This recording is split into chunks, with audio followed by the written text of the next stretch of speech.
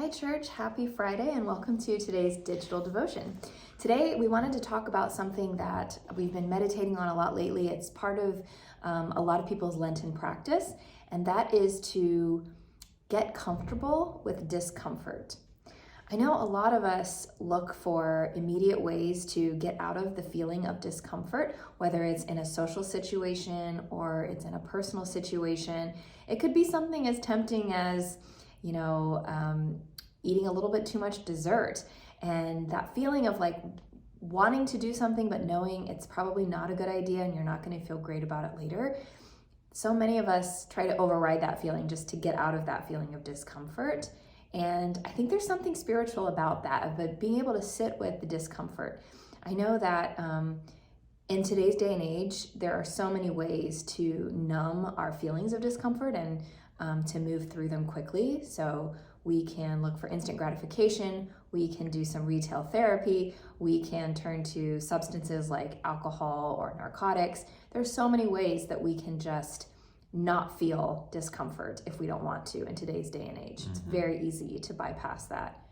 But I think there's something to grow spiritually from the practice of learning to sit with discomfort, from being able to connect with our feelings and ask, why am I feeling uncomfortable right now? What is the sensation going through my body physically? And what's going on in my heart that's so uncomfortable? Why am I trying so hard to not sit with this feeling and try to fix it or ignore it or move past it? I think when we ask ourselves those questions, we find that God is sitting there with us to talk about those issues. Yeah. It's interesting. We discovered early on in our relationship that whenever you and I are in a disagreement, that you are someone who kind of just wants to be by yourself and stew in what you're angry about. And I'm someone who's like, gotta talk about it right away. And so we have learned to come to a balance. I have to sit in my discomfort a little longer. And then you work on being in a place where you can talk about it. But I think there's actually a lot of people like that. I've talked with others who feel the same way I do. If someone, sends you an email and says, hey, can we talk later? All of a sudden you start spiraling out of control. Like, what in the world do they want to talk about? Like, are they upset? Like, what's going on?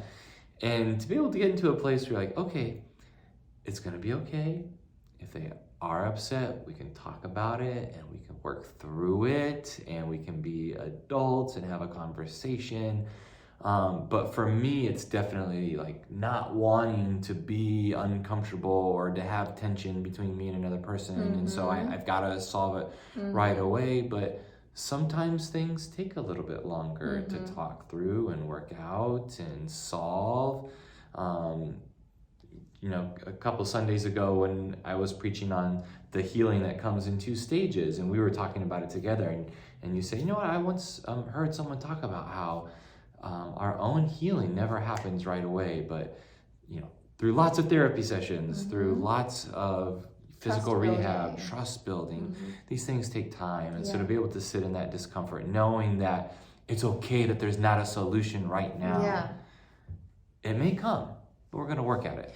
I was actually, when you're talking, I was thinking about the story of when Jesus falls asleep in a boat with his disciples and a storm comes onto the lake and they start freaking out and they wake him up and they're like, Jesus, you have to wake up, there's a storm. And Jesus wakes up and is like, calm down, everything's fine, I'm right here. And that reminds me of how we often feel like the minute the boat starts to rock in our lives, we want Jesus to like fix it, solve it, like we can't sit like this.